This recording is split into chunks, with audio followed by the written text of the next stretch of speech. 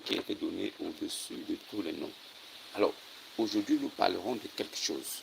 J'aimerais attirer votre attention aujourd'hui sur quelque chose que vous connaissez peut-être déjà, mais dont il va falloir rentrer dans les profondeurs parce que pour pouvoir faire sortir la vérité cachée, ou bien pour pouvoir faire sortir ce que veulent dissimuler les soi-disant savants islamiques, pour pouvoir apporter la clarté à ceux qui sont un peu dispersés par rapport à leur foi, pour ceux qui ne croient même plus en Jésus, pour ceux dont la lampe a perdu de l'huile et qui sont en train de se chercher. Alors, il serait mieux de faire un recadrage et ramener tout le monde à quelque chose de vrai, d'écrit, parce que la base de tout ce que nous disons, c'est écrit quelque part. Tant que ce n'est pas écrit quelque part, c'est une invention. C'est pourquoi nous soutenons les 66 livres révélés et nous savons que ces 66 livres révélés sont la vérité de Dieu. Alors, c'est pourquoi nous ne pouvons pas mettre foi à un autre livre qui parle de la même chose. Nous parlons d'Abraham, pas d'Ibrahim. Abraham, notre père dans la foi, parce que nous avons accepté Christ, parce que nous avons accepté Jésus, alors Abraham devient notre père dans la foi. Si tu n'as pas accepté Christ, si tu n'es pas passé par les eaux du baptême, si tu n'as pas connu la nouvelle naissance, si tu n'as pas confessé de ta bouche que Jésus-Christ est Seigneur, alors tu ne crois pas en lui. Quel qu'en soit ce que tu vas nous dire, oh non, nous on croit en lui plus que vous, oh non, on le respecte plus que vous. Dans notre livre, son nom est mentionné. Oui, son nom est mentionné 70 fois, mais le nom de Moïse est mentionné plus de 120 fois. Donc cela signifie que Moïse a plus d'importance que lui dans votre livre. Mais ce n'est pas parce que vous avez mentionné Issa que ça veut dire que c'est Jésus. Issa du Coran n'est pas le Jésus de la Bible. Parce que si le Jésus de la Torah, dont on parle dans la Torah et dans l'Évangile, était le même que celui qui est dans le Al-Qur'an, alors nous devions voir plutôt Yassou, puisque la langue arabe traduit Yeshua en Yassou. Il n'est pas question de partir de Yeshua pour se retrouver à Issa. Ce n'est pas possible. Même vous qui m'écoutez, qui me suivez, vous savez que ce que je dis est bien sensé et honnête aussi. Parce que dans la vie, il faut être honnête dans tout ce qu'on fait, dans tout ce qu'on entreprend. Soyez honnête avec vous-même. Vous savez très bien qu'à l'époque pré-islamique, il était déjà appelé Yassou. Pourquoi 600 ans après, quelqu'un arrive, il enlève Yassou, il met Issa? Pourquoi Issa? Les urines de l'âne. Pourquoi l'appeler les urines de l'âne alors que vous dites que vous le respectez? Pourquoi appeler Jésus Isaïe, qui signifie les urines de l'âne, alors que vous dites que vous avez du respect pour lui? Vous dites que vous le considérez, vous le prenez comme un grand prophète. Pourquoi vous n'avez pas changé les noms d'autres prophètes? Pourquoi les autres prophètes ont gardé leur identité? Pourquoi vous n'avez pas dissimulé les noms d'autres prophètes, mais c'est le nom de Isaïe, de Jésus là? Vous avez transformé ça en Isaïe. Isaïe. Mais pourquoi ne pas dire que Isaïe c'est un problème? C'est un sérieux problème. Pourquoi? Parce que Isaïe ne peut pas être Yassou. Yassou ne peut pas être Isaïe. C'est pas possible. Si Isaïe devient Yassou, ça veut dire que c'est un problème. Il y a quelque chose. Nous devons chercher à savoir pourquoi est-ce que le nom de Yeshua, qui était Yassou, est devenu Isaïe. C'est la question que vous devez vous poser. Vous-même, vous fidèles, vous musulmans pratiquants, vous devez vous poser la question de savoir pourquoi est-ce qu'on a transformé Yassou en Issa. Et que signifie Issa? C'est la question de base. Pour être un vrai croyant, tu dois savoir dans quoi tu es. Tu dois savoir ce que tu pries. Quel est ce Dieu? Quel est ce prophète qui est venu révéler ce Dieu? Qu'est-ce qu'a fait ce prophète? Et en même temps aussi, tu dois savoir qu'est-ce que ce prophète a apporté de bon par rapport à son comportement personnel, par rapport à son exemple de vie, par rapport à sa moralité, par rapport à son comportement social, pour que vous sachiez s'il était un exemple, parce que celui qui vient d'un Dieu qui est parfait doit apporter la perfection sur la terre.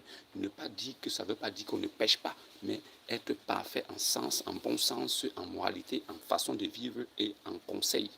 Alors, si nous rentrons tranquillement dans l'Alcoran, nous découvrons que ce livre a dissimulé la vie de ce prophète. Ce soi-disant prophète a une vie dissimulée. Ils ont caché. Alors, si vous rentrez dans la Bible, qui comporte les 66 livres révélés, la loi mosaïque et la grâce et l'évangile, vous allez découvrir que vous trouvez la vie de tous les prophètes inscrits à l'intérieur. Vous trouvez la vie de Jésus. Vous trouvez les histoires de Jésus. Vous trouvez les révélations de Jésus. Vous trouvez la naissance de Jésus. Vous trouvez la vie entière de Jésus. Vous trouvez la mort de Jésus. Et vous trouvez sa position actuelle. Vous trouvez qu'en ce moment, vous découvrez qu'il est toujours vivant, alors qu'il a vécu, ça fait 2000 ans. Mais vous découvrez en lisant la Bible qu'il est toujours vivant, il est toujours d'actualité, il est toujours là, il n'est pas parti. Alors nous savons très bien que Dieu envoie des prophètes, mais Jésus aussi se réclame d'envoyer des prophètes. Qu'est-ce que cela signifie? Il se met en rivalité avec Dieu, ou bien il rivalise Dieu, ou bien c'est lui qui a envoyé Dieu, ou c'est Dieu qui l'a envoyé. Alors, mes brebis égarées, ne vous posez jamais cette question. Pourquoi? Parce que l'Éternel s'est envoyé lui-même et il a mis des signes évidents qui devaient nous montrer, nous déterminer que c'était lui-même qui était venu. Alors, quels étaient ces signes? Les aveugles devaient voir, les boiteux devaient marcher, les malades devaient guérir et les paralytiques devaient sauter comme des cerfs. Toutes ces choses devaient arriver, les morts devaient ressusciter et la bonne nouvelle devait être annoncée aux pauvres en esprit. Ceux qui n'ont pas encore reçu une doctrine satanique, ceux qui sont encore dans la nature, qui cherchent vraiment Dieu et qui cherchent à connaître qui est Dieu.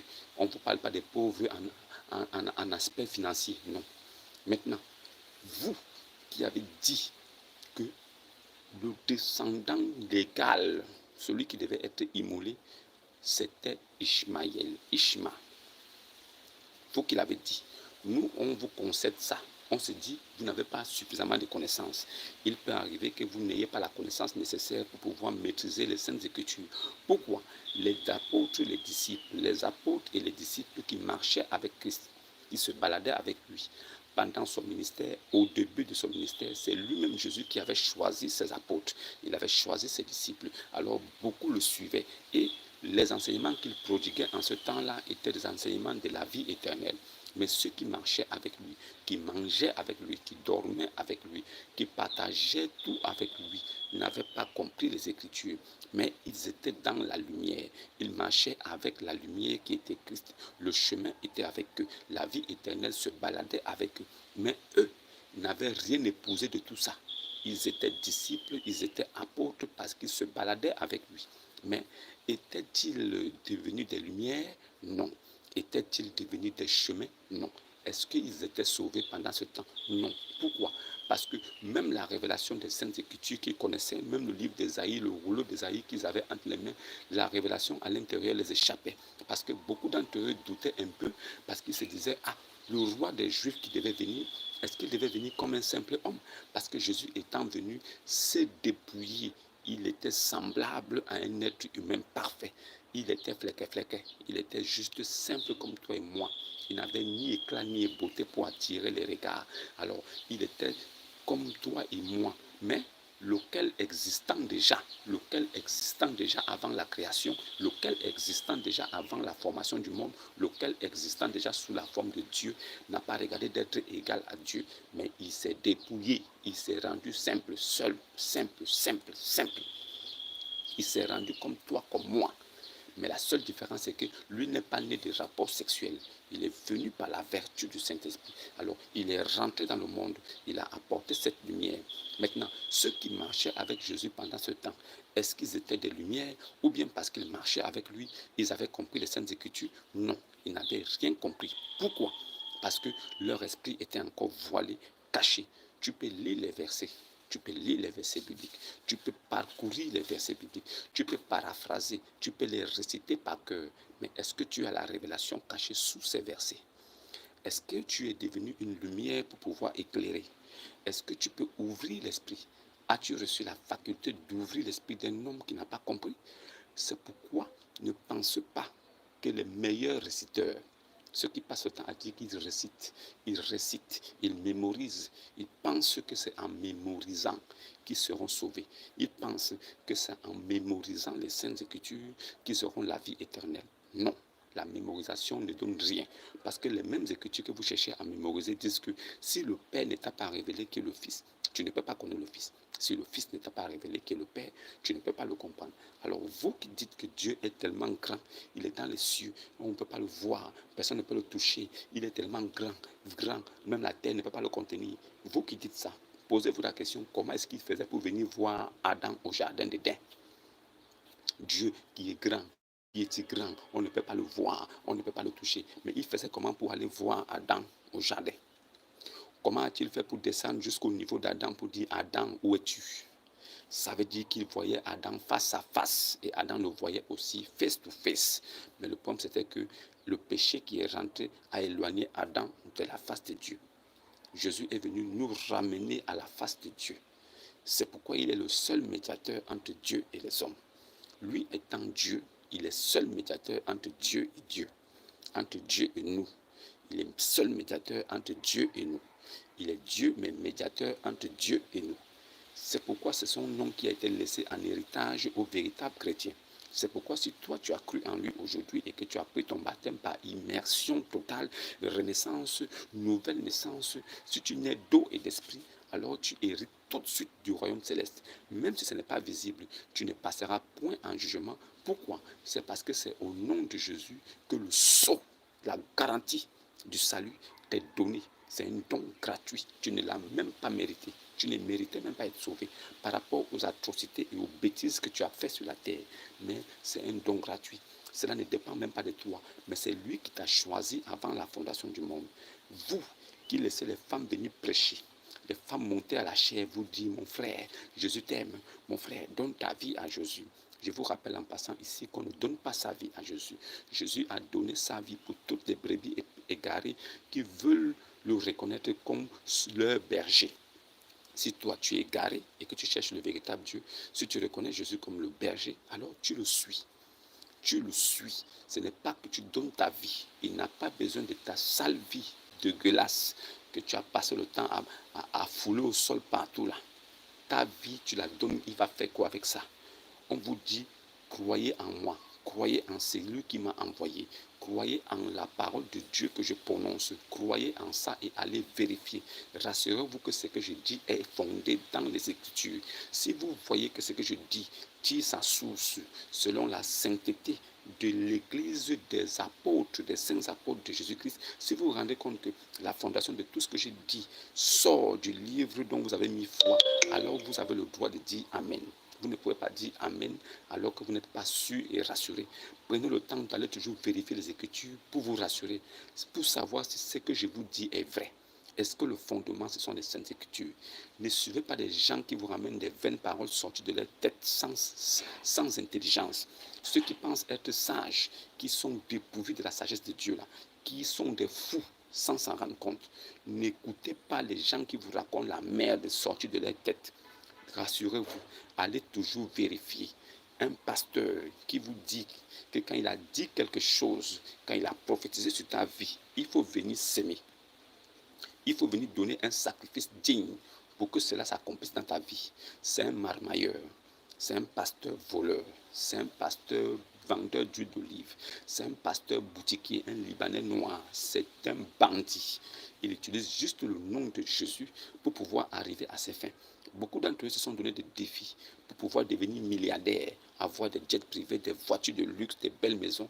Pourquoi? En dépouillant le peuple. C'est les mêmes qui vous disent que c'est Jésus qui les a envoyés. Ils vous disent qu'eux, ils sont bénis, ils sont des grands, ils vont réussir dans leur vie. Mais ils comptent sur votre dîme, sur vos offrandes. Ils font toujours des messes, ils font toujours des spectacles glorieux pour les hommes. Ils se représentent eux-mêmes. Oui, aujourd'hui c'est la prophétie. Oh non, aujourd'hui c'est journée prophétique. Journée prophétique. Viens recevoir ton miracle. Viens recevoir ton miracle. Aujourd'hui c'est journée de réalisation des vœux. Aujourd'hui, c'est percé à tous égards. Aujourd'hui, c'est la percée à tous égards. Percée à... C'est-à-dire, ils cherchent des mots qui peuvent toucher les cœurs dans l'émotion pour que les gens aillent fouiller les petits argent qu'ils ont gardés à la maison pour venir les donner. Ils font tout pour pouvoir vous subtiliser l'argent que vous avez mis de côté pour vos petits projets, vous faisant croire que c'est en donnant cet argent que vous aurez une bénédiction à tous égards. Et c'est lui qui sera à l'œuvre de cette bénédiction. Ils ont usurpé le nom de Dieu. Ils ont usurpé même la fonction de Dieu. Ils vous disent que ce sont eux qui peuvent vous bénir. Ils parlent directement avec Dieu. Ils vous disent que ce sont eux-mêmes qui peuvent faire des prières pour vous, que vous-même êtes incapables. Donc Jésus est venu mourir à la croix inutilement. Ils vous font croire que ce sont eux qui détiennent maintenant les clés du royaume. Et par cela, ils vous disent aussi, sans le vouloir, et ils vous confirment que Jésus n'est même pas mort à la croix. Parce que si tu dis que c'est toi qui donnes les bénédictions, c'est toi qui bénis, c'est toi qui peux prophétiser dans la vie d'une personne, cela signifie que tu as pris la place de Dieu. Et ayant pris la place de Dieu, cela signifie que c'est toi qui donnes les bénédictions. Alors, si tu penses être capable de donner des bénédictions, monte donc au ciel vivant, on te voit. Monte au ciel, puisque toi tu es Dieu. Vous qui pensez commander le Saint-Esprit, Saint-Esprit descend. Je vous rappelle en passant ici que le Saint-Esprit n'est pas un homme, c'est Dieu lui-même, sous la forme de la plénitude. Le Saint-Esprit, c'est Dieu, c'est l'Esprit de Dieu, c'est l'Esprit Christ éternel, invisible. C'est lui qui est le Saint-Esprit. C'est pourquoi nous sommes ces temples, parce qu'il réside en nous. Ceux qui ont des yeux doublés, ils peuvent voir en toi cet Esprit de Dieu, ce souffle de Dieu qui est placé en toi comme une langue de feu. Cette langue de feu fait de toi enfant de Dieu. Tu es différent d'un homme animal. Tu es une sémence choisie. Maintenant, vous qui êtes dans des communautés là, qui dites que vous pouvez prophétiser dans la vie des gens, vous pouvez donner des bénédictions dans la vie des gens. Ceux qui vous suivent, ce sont ceux qui n'ont pas les révélations. Celui qui est révélé, qui a compris, ne vous suivra jamais. Vous êtes des faux, vous êtes des ouvriers du diable, vous êtes des ministres de Satan, déguisés en ministres de lumière. Les disciples qui marchaient avec Jésus, qui mangeaient avec lui, qui buvaient avec lui, qui faisaient la fête avec lui, qui racontaient des histoires, ils passaient des nuits à parler de tout. Ce disciple-là n'avait pas compris les Écritures malgré le fait qu'il soit proche de Jésus, malgré le fait qu'il marche avec Jésus, malgré le fait qu'il partage tout avec lui. Il n'avait pas compris les Écritures. Pourquoi? Parce que lui-même, Jésus, il s'était arrangé à ce qu'il ne comprenne pas les Écritures. Maintenant, après sa crucifixion, après avoir racheté les péchés de l'humanité, après être monté avec ça au bois, ça veut dire qu'après la crucifixion, après avoir rendu son âme, après la mort, quand il a été enseveli, alors il est parti avec tous ces péchés-là. Et quand il est ressuscité, il est revenu dans son corps glorieux, avec toute sa gloire.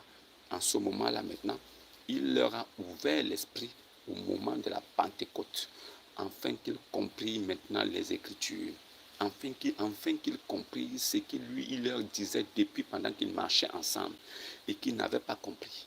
C'est pourquoi quand il est rentré dans la salle où ils étaient assemblés, sans cogner la porte, sans passer par la fenêtre, sans passer par la porte, il s'est retrouvé directement à l'intérieur. Il est allé vers Thomas, parce que c'était le plus incrédule. Il lui a dit, avance ici ta main, touche. Est-ce qu'un esprit a la chair et les os et le sang? Avance ici ta main, touche. Thomas a touché maintenant. Il a dit, wow, c'est vrai. Donc on m'a dit que notre Seigneur était ressuscité. Donc c'est vrai. Il a dit, wow, mon Seigneur et mon Dieu. Parce que pour Thomas, il n'est pas possible qu'un homme puisse être crucifié, qu'il meure à la croix et que 3 jours après, il ressuscite. Il a disparu de son sépulcre. La pierre qui refermait l'entrée du tombeau avait été basculée. C'est une pierre qui était placée là par plusieurs personnes. C'était une dizaine de personnes qui pouvaient pousser cette pierre. Mais cette pierre avait été basculée de côté. Thomas, surpris, il dit, mon Seigneur et mon Dieu. C'est là où Jésus le reprend en disant, ah, là tu acceptes maintenant. Tu dis ton Seigneur et ton Dieu parce que tu as vu ceux qui disent là que non. C'était une expression d'étonnement. C'était, ah, mon Seigneur et mon Dieu. Comme à Anafi. Le petit Anafi, c'est ce musulman de Bâle qui passe sa vie à dire qu'il fait des trucs en religion comparée. Vous pensez que vous pouvez comparer quelque chose de spirituel à quelque chose de physique? Vous représentez la chose physique. L'islam est une chose physique. C'est la mort à l'état physique qui se balade. C'est l'abomination de la perdition. l'abomination de la désolation à l'état physique. C'est ce qui est l'islam. Maintenant, le disciple de Christ, lui, il est une lumière. Il est une lumière qui luit dans les ténèbres. Et cette lumière vient pour attirer l'attention de tous ceux qui sont des ténébreux. Puisque tous ceux qui sont ténébreux sont des captifs. Un ténébreux est un captif. Un ténébreux, c'est quelqu'un qui est dans l'obscurité. Un ténébreux est un esclave. C'est pourquoi il y a des religions là où leur Dieu les appelle « Oh, mes esclaves! Oh, mes esclaves !» Vous voyez un Dieu qui appelle ses serviteurs « mes esclaves ».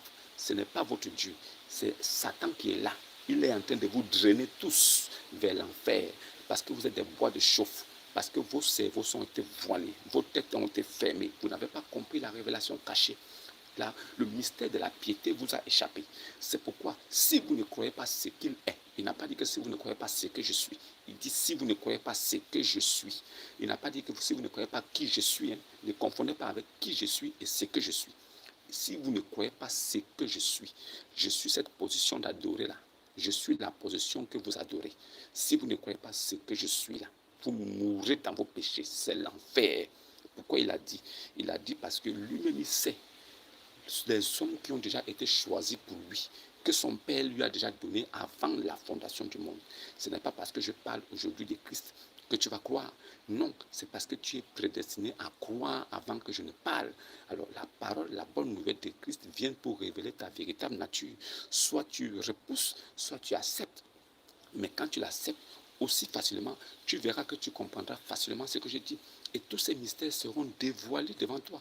Par contre, celui qui repousse, il reste voilé. Il va rester incrédule jusqu'à la fin de sa vie. Pourquoi? Parce que Dieu, qui a fait toutes choses, il a créé le paradis, il a créé l'enfer. Il faille aussi qu'il y ait des gens qui aillent en enfer. C'est pourquoi ne vous plaignez pas, ne vous lamentez pas si quelqu'un refuse et si quelqu'un reste incrédule et mécréant. Parce que lui-même, il a voulu que cette personne ne croie pas.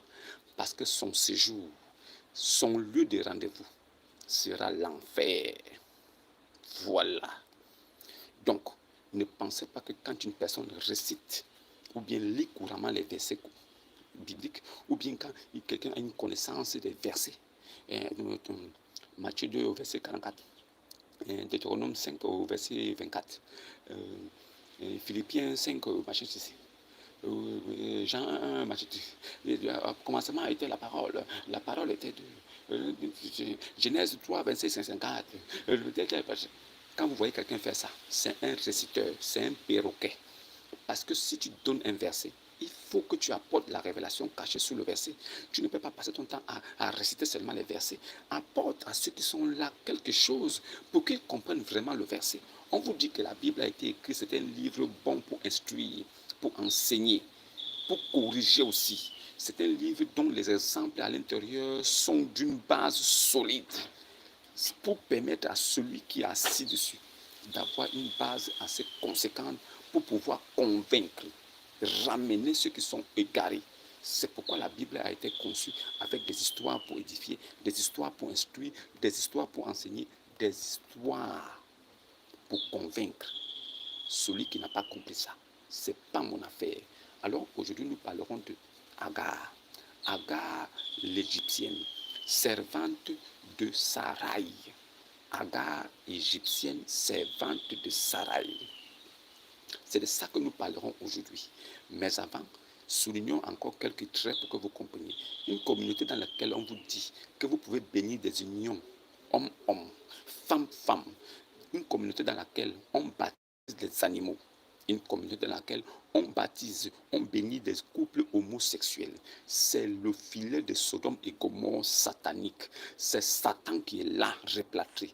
Le pape est le représentant légal de Satan, avec ses majorettes, les évêques, les cardinaux, jusqu'aux prêtres, ces maudits, ces impies qui disent qu'ils ont fait rentrer la Bible. C'est nous qui avons fait rentrer la Bible en Afrique. Alors si aujourd'hui nous comprenons que Dieu s'est trompé dans certaines choses, nous pouvons le corriger.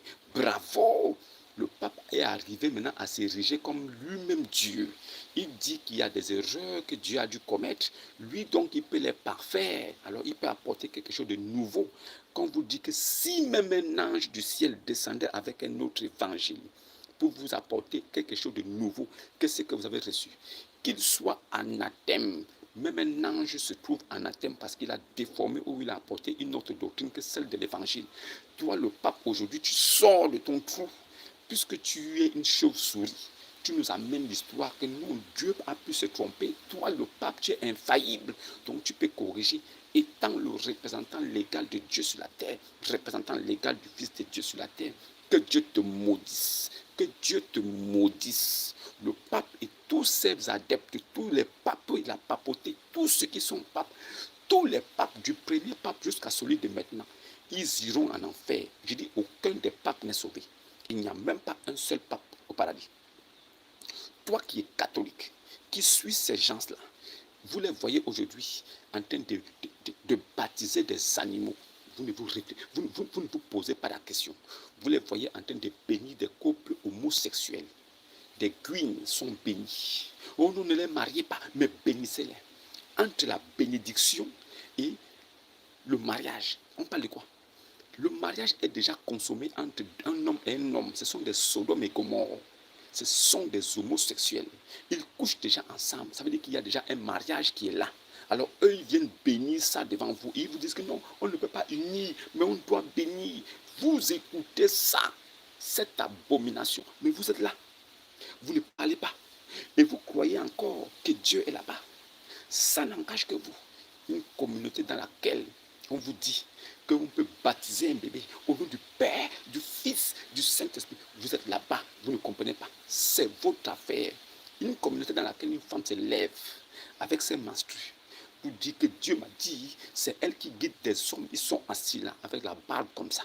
Des hommes, des femmelettes, des maudits, des hommes maudits, damnés. Ils sont assis dans une assemblée des malsains. Une femme est assise à la chair, elle prêche. Quel est son exemple dans les Saintes Écritures? Qui? Déborah? Phoébé? Qui? Anne?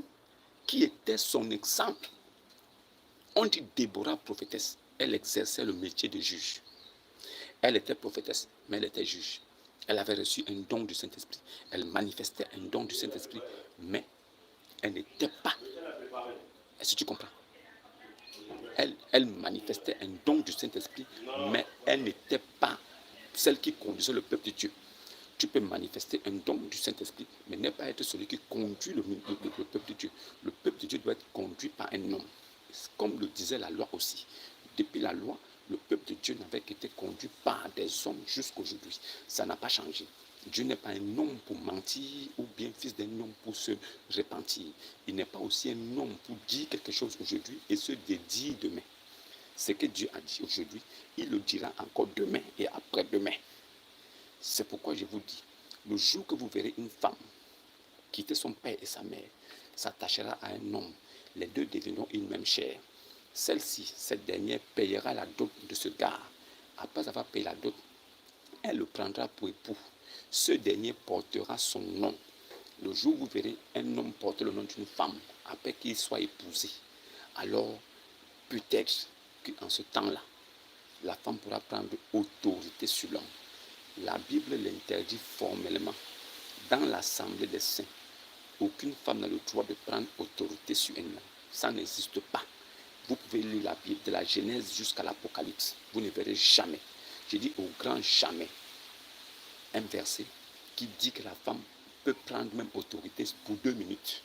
C'est pourquoi c'est l'homme, le mâle, qui est le dominant.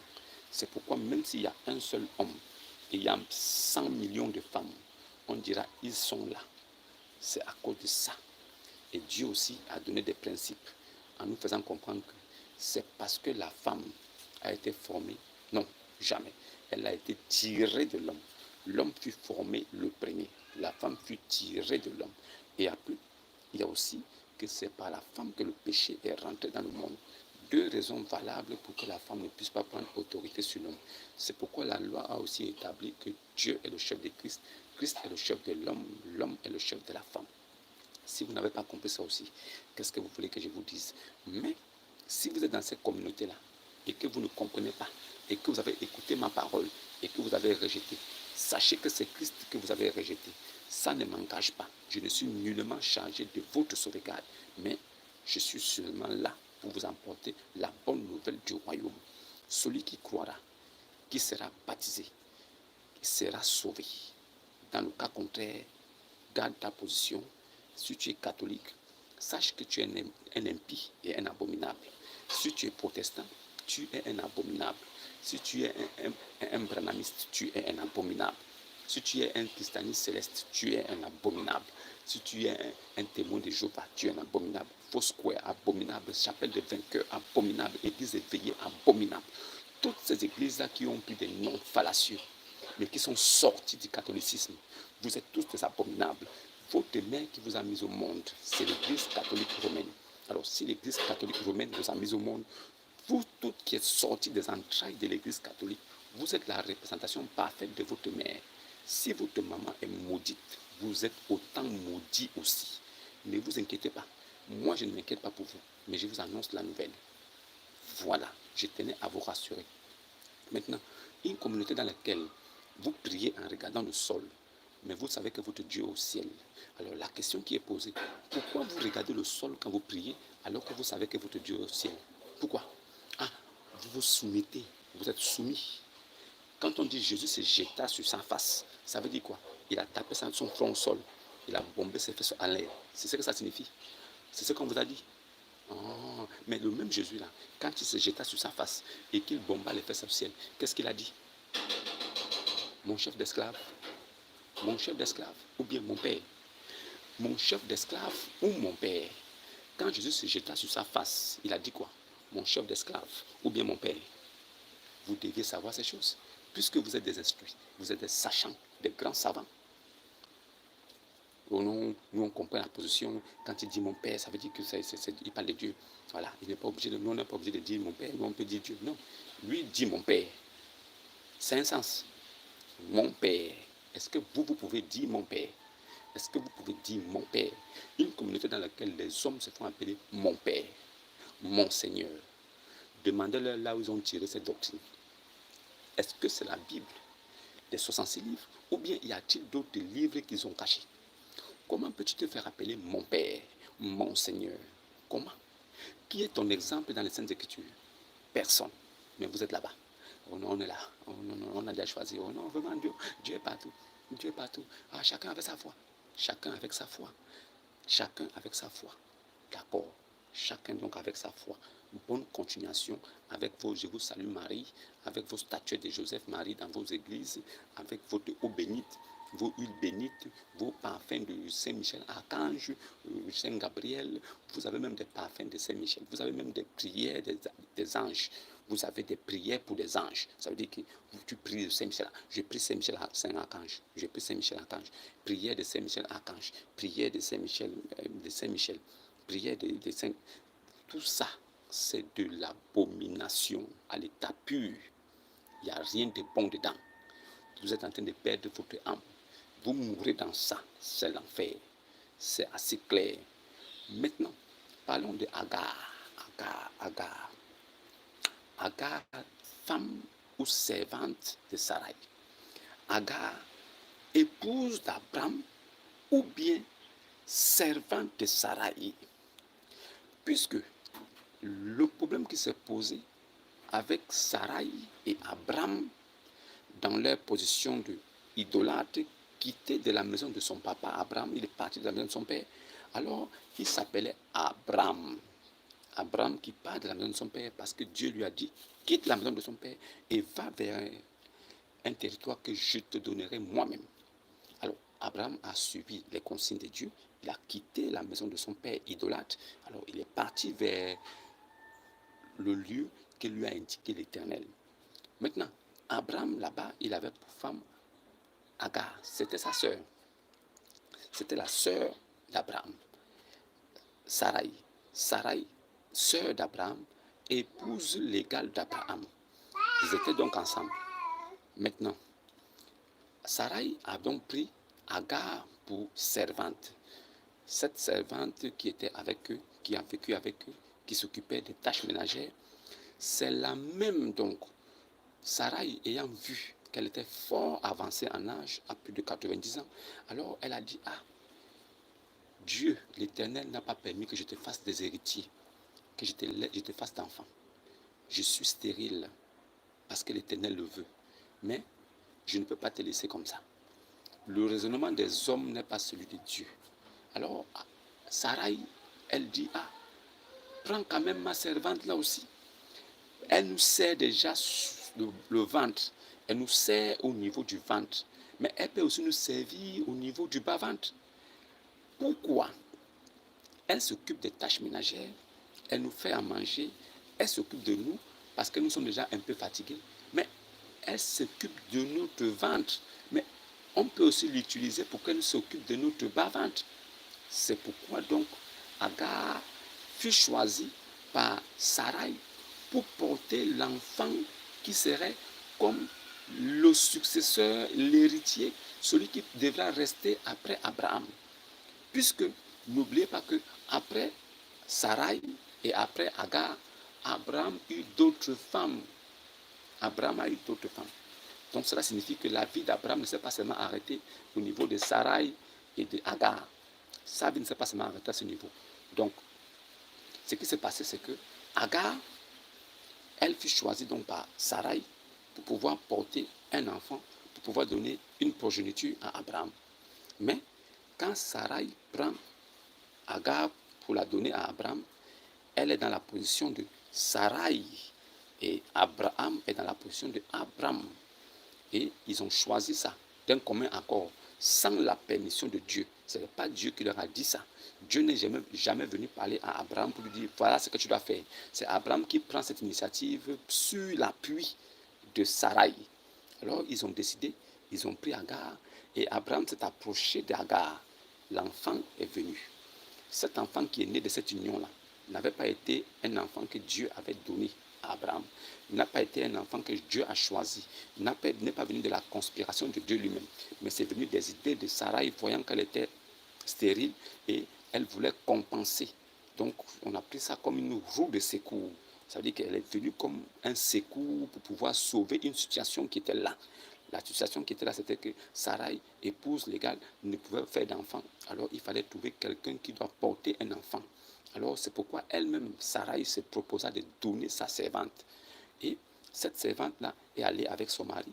Et c'est pourquoi on dit, Sarai prit sa servante et la donna pour femme. Donner pour femme ne veut pas dire que donner pour épouse. Faites attention. Parce que si c'était donner pour épouse, la Bible aurait mentionné que donner pour épouse. Mais donnant pour femme, ça veut dire qu'on donne c'est-à-dire qu'un être humain femelle qui a déjà l'âge de procréer. C'est pour ça que le mot femme est utilisé là-bas. La donna pour femme. Alors, elle alla avec Abraham, elle tomba enceinte. Et quand elle est tombée enceinte, elle a donc mis au monde l'enfant qui est né là. Cet enfant qui est né là, il n'est pas l'enfant de la promesse. C'est pourquoi le même Éternel, ayant vu tout cela à distance, ne s'est pas approché. Il est venu plus tard, dit donc à Abraham, que ça, ce que tu as fait là, avec l'accord de ta femme là, de ton épouse là, ce n'est pas ce que moi j'ai comme dessein pour toi. Sache une chose, l'enfant qui sortira de toi là, venant de Sarah, c'est celui-là que moi je comptabilise. C'est pourquoi je t'enlève de la position de Abraham, tu deviens Abraham, et Sarai devient Sarah, mère d'une multitude, père d'une multitude.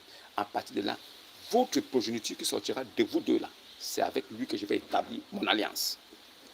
Si vous me montrez dans la Bible le seul passage là où Agar est appelée épouse d'Abraham, je vous dis oui, vous avez raison. Je vous dis oui. C'est pourquoi, quand Sarah décide de chasser Agar, Dieu lui-même appuie Sarah en disant oui, Abraham, écoute ce que te dit ton épouse, ta femme, et chasse-moi cette dernière. Pourquoi? Parce que ce n'était pas le plan de Dieu. Mais Abraham, étant ami de Dieu, il avait donc les faveurs de Dieu. C'est pourquoi l'ange a suivi cet enfant là-bas, puisque c'était le sang d'Abraham, pour aller dire à Agar que tu es enceinte. L'enfant que tu portes là, tu lui donneras le nom de Ishma.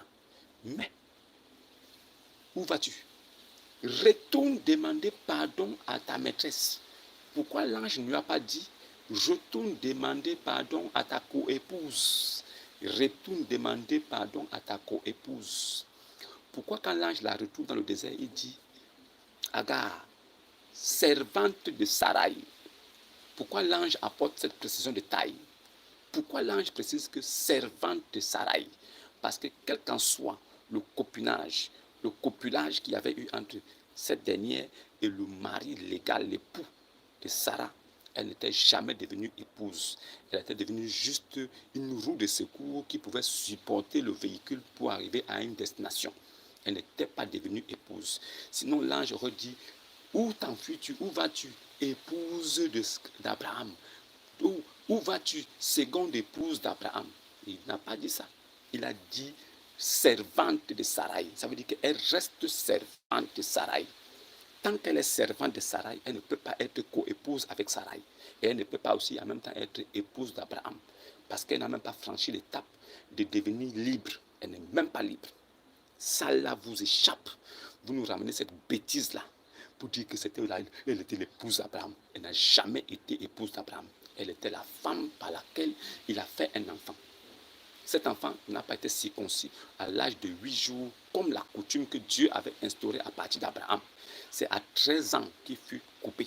Mais celui qui est né selon la promesse, il a été circoncis à l'âge de 8 jours, comme Dieu l'avait prévu. Vous nous amenez dans des petits passements de jambes pour pouvoir nous amener. Non, la vérité reste avec vous. Et à vous-même de choisir. Le reste là ne m'engage pas. Je vous ai laissé ça ici. Là, Agar, servante de Sarai ou épouse d'Abraham. L'ange est mieux placé pour savoir tout parce qu'il vient de la part de Dieu. Si vraiment, après avoir porté l'enfant d'Abraham dans son ventre, elle était déjà épouse, l'ange devait confirmer en disant, où t'enfuis-tu, Agar, épouse d'Abraham? Mais l'ange dit quoi? Servante de Sarai. Tout ce qui est dit dans la Bible a une révélation cachée. C'est pourquoi cet enfant-là n'est pas comptabilisé. C'est pourquoi Dieu dit, j'établirai mon alliance avec Isaac après toi. Après toi, c'est Isaac. Après Jacob. C'est pour ça que Jacob est devenu Israël. C'est pourquoi le nom d'Israël, le peuple de Dieu, est sorti des entrailles d'Isaac à partir de Jacob. Parce que c'était là-bas l'alliance qui était établie. Alors, apportez-nous cette alliance aussi, qui a été établie avec Ishma, pour que Ishma devienne le peuple choisi de Dieu plus tard. Vous faites honte. Vous faites honte. Vous nous fatiguez. Vous nous obligez à venir faire des corrections pour que les gens se posent vraiment des questions. On amène le recadrage pour que tout le monde comprenne tout.